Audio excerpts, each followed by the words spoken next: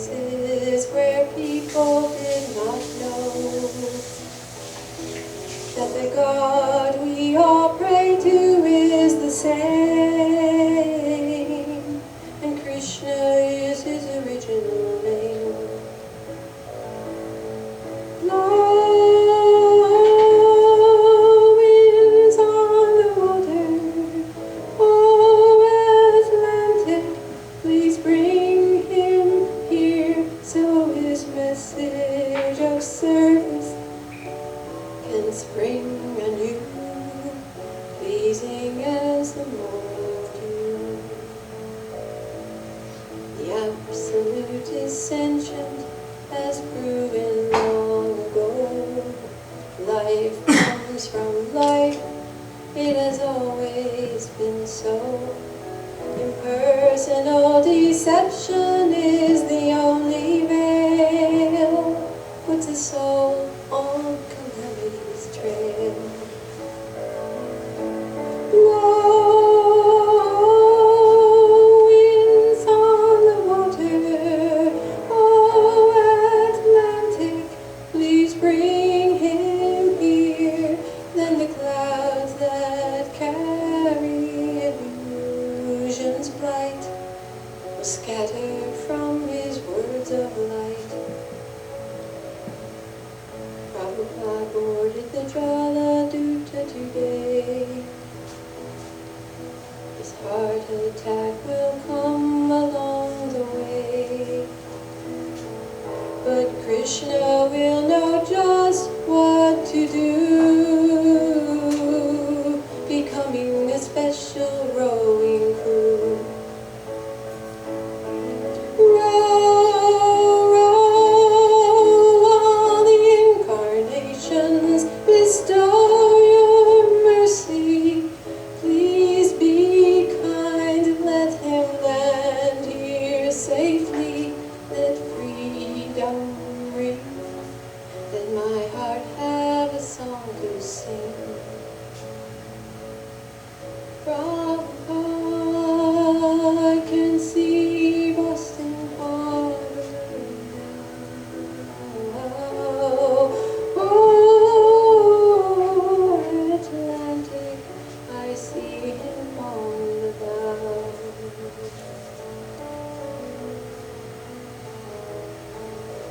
Jai Jamini Mata. Good, Mr.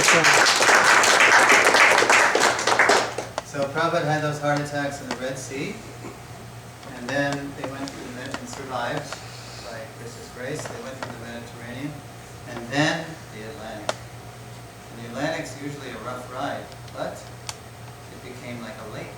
And Captain Pandya, Arun Pandya, and his wife said, Swamiji, we've never seen the Atlantic like this. And all the way to Boston, it was like a lake. So, when they got to Boston, they said, oh, Swamiji, you must come back with us. They were convinced it was because of the sadhu, it was such a smooth ride. When did he have the heart attacks?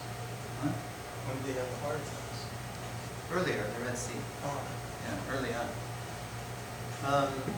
So, when we do the seminar, this is the next thing we usually show in the seminar is an 11-minute video showing highlights of Prabhupada's preaching Leela, based on the poem Prabhupada wrote.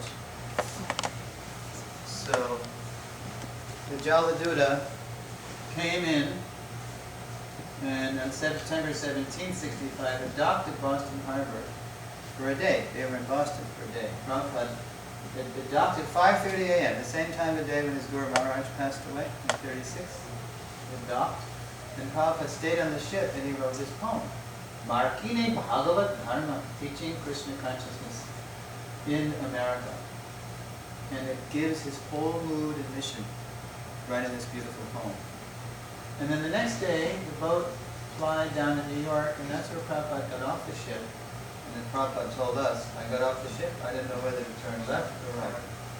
And so luckily somebody met him from Traveler's Aid, the Agarwals had sent a man. And he brought him to the Port Authority bus terminal on 42nd Street, and then Prabhupada got on a Greyhound bus and rode all the way to Butler. And that's the rest of the the next lesson unfolds from there. What we're going to do is jump right over to, since we only have time for 2 sample lessons, finding our mission in this mission, which is where Abhidheya kind of ends up. And I think that might be most appropriate for you folks from here.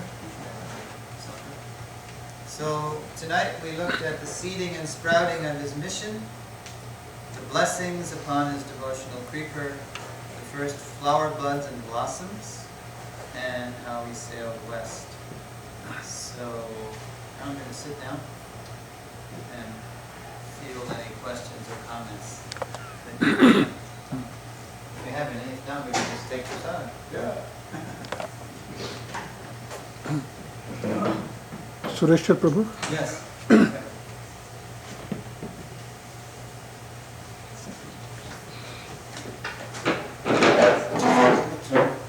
Hare Krishna. Couple of comments here. First of all, it is excellent presentation. You have physical association of Sri Prabhupada, which we all need. No, we don't. I have to interrupt. Okay. The whole seminar is about, it's not about Vapu. Vapu is only an inspiration to serve the eternal Prabhupada. So forgive me, but that's a big thing. That's why I'm doing this seminar. Just a good lesson. Once again, a couple of comments when Sri Prabhupada translated Srimad Bhagavatam into English language. He presented it to the head librarian who was in charge of all Sanskrit libraries in India. Where is that, Delhi? In Delhi. And Prabhupada showed these 3 sets of Bhagavatam to him, hoping that he will recommend it to all libraries in India. And this person was a Brahmin. He threw those books in front of Prabhupada. So who's going to read that? And all this is indication how Prabhupada kept on his struggle. And then finally Acharya Prabhakar recommended it to Shastriji, and Shastriji gladly accepted. Acharya Shastri was head of the Sanskrit department for Indian Institute of Culture, which is a Bharati Bhavan. So this is what Shastriji gladly accepted this. Right. Thank you. Sorry about that. My tongue is been scorpion, so I tend to bite. Yeah, that's great. I'll have to remember that. Yeah, Acharya Prabhakar, he also arranged for Prabhupada to speak at colleges in Bombay. While Prabhupada was waiting to go over to the West, Acharya Prabhakar got into speaking engagements in different universities, like an adjunct professor of the Gita. So we did some stuff, but after Prabhupada started ISKCON, we don't do anything. Where in this timeline we hear Prabhupada saying that India is looking to the West, so I should go there? India's looking to the West. Oh, you mean under Pangu Nyaya, the logic of the blind man and the Yeah. blind man. That may have come from Srila Bhaktisiddhanta. I'm not sure. I have to research that. That is the basic strategy. You know, everybody's imitating America or the West. Okay, then imitate these Americans. They're chanting Hare Krishna. Or the idea of marrying Eastern wisdom with Western technology. Yeah, that's. I'm not sure. I have to research that. Does anybody know definitively? Okay, I'll have to look into that. But that was the strategy, and it worked.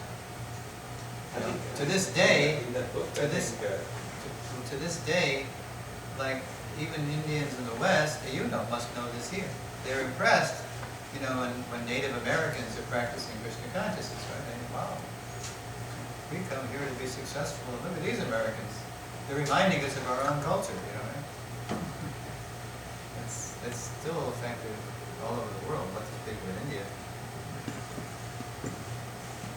I'm sorry. As I remember, I'd go back and look. Deramrita, I think Satsar Maharaj makes that point. I think Prabhupada tried to spread India. They're all looking for the West, so Prabhupada's strategy is coming to America, I think. I don't think he quotes anything. So that's around the time when he was working on Vrindavan and going up and down Up Delhi. and down selling the books and, Well, tracing the origin of that strategy, because Prabhupada talks about under Pangu Nyaya, the logic of the blind man and the lame. I'd like to see where that came from. I wouldn't be surprised if it was Srila Bhaktisiddhanta, because when Ravindra Swarup Prabhu was writing this ultimate dissertation on the position of Prabhupada as founder Acharya, he saw, the more Ravindra got into what Prabhupada did, the more he saw that he was following exactly the mood and mission of Srila Bhaktisiddhanta. In fact, he would tell us, Prabhupada would tell us, if I have any credit, it's that I didn't change anything. What did he mean? He didn't change principles. He was forever adjusting details, but he never changed principles. And he followed exactly the mood and mission of Srila Bhaktisiddhanta. That Gora Shakti that was coming from Srila Bhaktivinoda, and Bhaktisiddhanta inherited for sure.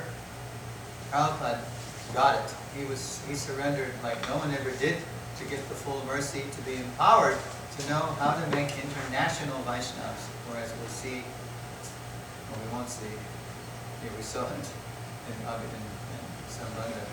His own godbrothers, the depth of their surrender wasn't the depth of Prabhupada's surrender. They weren't as empowered as Prabhupada was. Only Prabhupada really knew how to do it, because he surrendered the most. He told us I had to walk through fire to start this movement. You know what he had to put up with in New York and San Francisco and everywhere. Any questions? You want some clarification? Prabhuji? Prabhuji, we want to hear about your first association or the memories what you had, or what inspired you to join 1970. Okay, I mean, as I said, as I rudely interrupted Prabhuji, this is not about that. This is not about that. But I do tell stories from time to time to sort of illustrate the points. The Vapu Lila, as Prabhupada himself said, when he finished writing the whole CC, then he had concluding words. It was all about how the Vani is what's important. The Vapu is, he said, in this place, not important. Of course, the Vapu is important for inspiration. That's why Prabhupada came. He could have sent those 200 sets of the Bhagavatams, to libraries in America, and could have said, good luck, here they are, go for it. But he knew that Bhagavata Parogiya, Bhagavata Stani, that we can only learn the book Bhagavat from the person who's living the Bhagavat. He knew to jumpstart the Hare Krishna movement in the West, he needed to come and set an example. He had to be the founder Acharya, although he had no intention of being the founder Acharya of a new branch. We just did that lesson yesterday. It's fascinating. When Prabhupada came over, he had no intention of being the founder Acharya of anything. He wanted to revive the Gaudiya Math. They didn't cooperate. He was forced to found a new branch. Forced. And it's very fascinating how Krishna revealed to Prabhupada his position, that he had to be the founder Acharya of a fresh branch, make a clean break from the catastrophe that had become the Gaudiya Math. And then how Prabhupada revealed that to us. Fascinating lesson. It's lesson 3, so you'll get that next time. Come back.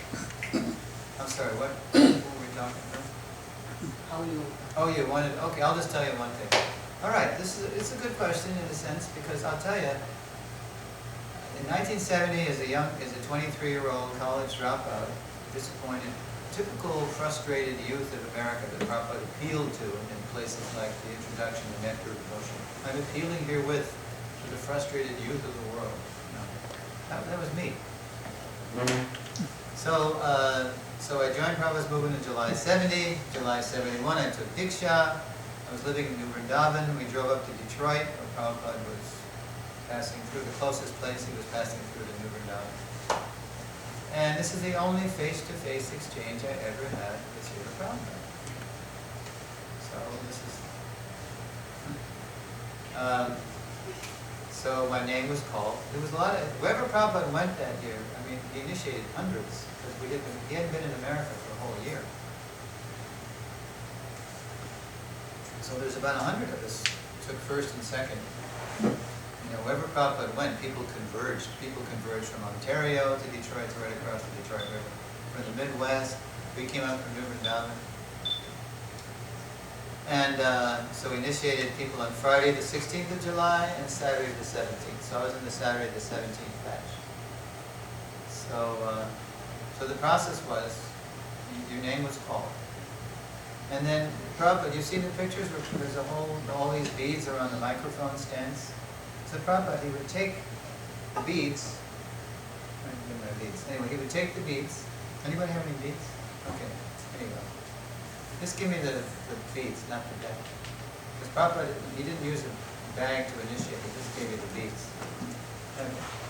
So all these beads on the microphone, right? And then he'd pick up he'd take a strand, and then your name would be called. Richard Hall. All right? So I kneel before, well before that happens actually, he chants around on the beads he's going to give you. So we're all chanting the Prabhupada. He's chanting, Krishna, Krishna, Krishna, Hare Hare, Hare Ram, Hare Ram, Ram. He goes all the way back, and then your name is called, and then I'm kneeling right about there, that close. So I'm kneeling, and when you look at Srila Prabhupada, in Bapu, you're looking at someone you can't even fathom. I mean, you're looking at, it's like looking at the ocean. It's too deep. He's got these deep soul eyes. You can't fathom what you're looking at. And he's looking right through you, through all the layers and eons of karma and junk, and he's looking right into the soul. And it's stunning. So I'm there, like this. 23-year-old scared kid. So my name's been called. So then, what are the 4 rules? What are the 4 rules, right? No intoxication, no illicit sex, no meat eating, no gambling. When Prabhupada asked that of my godbrother Kushakrata repeated. And Kushakrata, he was a Sanskritist. He's like childlike person. He was a scholar, but he was very childlike. Kushakrata. He has all these books. He used to call it the Krishna Institute. So when Prabhupada initiated him, just a few days later in New York, Kushakrata said the 4 rules, and then Prabhupada said, which one is your favorite? Which sinful activity is it? And there's a photo of this. Just as Prabhupada says this, and somebody snapped a picture, and Kushakrata is like turning all colors of the rainbow. Oh, Srila Prabhupada. He was very childlike. Oh, Srila Prabhupada. Everybody's laughing. So I'm saying, no intoxication, how many rounds? 16 rounds. Your name is Sureswara. Means Brahma, controller of demigod. You are Suresvardas. You are servant. And when Prabhupada said, you're servant, I couldn't move. I was just petrified. I was, you are servant. I guess I was, it was a rude awakening. I was a servant or something. I couldn't move. So Prabhupada saw I couldn't move, so he goes like this. Go on. Go on, take your beads, come on. So I took the beads, I bowed down, and then later what's my name? That was the only face-to-face exchange I ever had with Prabhupada.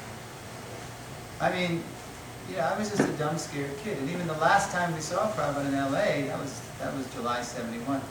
June 76, he came to L.A. for the last time in Dwarka. And he was there for 9 days, from June 2 to June 11. A lot of heavy things happened. After about a week, I said to my roommate at the BBT, who was Devamrita Brahmachari, who's now Devamrita Maharaj, I said, hey Devam, Prabhupada's been here a whole week. Isn't it great? I don't know how much longer I can take it. What did I mean by that? Isn't that weird that I said that? What did I mean? No, I said, he's been here a whole week. I don't know how much longer I can take it. What did that mean? Doesn't that sound strange? You're excited. What did I mean? You're excited? Well, I wish I meant that, but I meant something else. Are you going to look what's? I don't get what's. Okay, you see, Americans get it, but you guys don't get it. What do you think I meant now, David? His intense experience. Yes. Look, when Prabhupada was he was just living in the neighborhood. He was living in his rooms across the street from the beach. I wasn't living with Hari Shari and him in the same, I wasn't on the bell. I wasn't on the hot button, having to jump at the bell. I was just in the same neighborhood. But when Prabhupada's even in the same neighborhood as you're in, you have to live at a pitch of Krishna consciousness that you're not used to. And this false ego is like, whoa, and I'm serving 24/7. It's just Krishna, Krishna, Krishna. And it's think, hot, sweet chutney. Too hot to bear, too sweet to resist. Right? So it's by trying to follow Prabhupada's instructions all these years that I feel so much closer to him now than when I, once a year we'd see him. Because he was over here 14 times in 12 years. He circled the globe. Like you can hear it on the recording of devotees saying, "Oh, Srila Prabhupada, I just want to be by your lotus feet." That would be very difficult. My lotus feet are always moving. Yeah. So it's true. And once a year we'd see him, maybe. And then we'd be in total anxiety because we're struggling to follow the 4 rules and chant 16 rounds and do some service. And then we'd see Prabhupada, we'd sit down and then Prabhupada would say, "Sam, is everything all right? Is everything all right?" And just by saying that, everything was all right. Because wherever he went, he exuded Krishna Loka. I mean, it was Krishna Loka. It was Tirti Kurvanti Tirtani, like Vidura glorifying Yudhisthira. Wherever you are is a holy place. You're a walking holy place. So I saw him once a year. And every year now, in this tributes book, have you seen this tributes book? Are you familiar with this? It's a companion to the BBT Vyasa Puja book they do every year. The BBT puts out this book. So in 2010, Jayadvaita Maharaj started a book that comes out of England. It's all people who are initiated by Prabhupada, first followers, first initiates, are writing a personal offering to Prabhupada. It's very nice. I reconnect with all my god brothers and god sisters. Those who That's the online version, isn't it? It's online, and it's a physical book too. It's called Srila Prabhupada Tributes. So we saw him once a year. But, even what Prabhupada did, even if you were with him all the time, which no one ever was, what Prabhupada had time to do in 12 years is only a fraction. What he demonstrated in 12 years was only a fraction of what he preached about in his Vani. There's so much more in the Vani. And so much more intimacy available in the Vani too. If you talk to Jamuna Mataji, you can't now, she's passed on. But she tells her Vani story too. It's very intense. It's really all about connecting with Prabhupada through following his vibration, not simply trying to be close to him physically. Prabhupada told Jamuna, after she had her Vani Bhakti epiphany, revelation, she asked Prabhupada, "Prabhupada, how many times were you with your Guru Maharaj?" Prabhupada said, 5 or 6 times. But those were very intimate times, we saw, very confidential times. And then he said, "Guru Maharaj told me that those who always wanted to be with the Guru physically, and to be seen with the Guru, or be with the Guru," Prabhupada told Jamuna, Guru Maharaj said they were like mosquitoes, simply sucking blood. Yeah. Prabhu, I have to say on behalf of everyone, you're doing such a transcendental service with your talent, with your voice, because we haven't heard Prabhupada in like this except through audio. So thank you very much. I don't mean to put it in a very light-hearted, sentimental or light-hearted way, but it's a transcendental service for all of us, grand disciples and other followers of Prabhupada. Thank you very much. If I use the voice properly, it works. I told you. I'm telling I you. want to add one comment. Okay. Listening to Prabhupada lectures and the CDs, obviously, he's not walking, but he can feel it. He can feel it. Yes. The more you listen, the more you feel it, actually.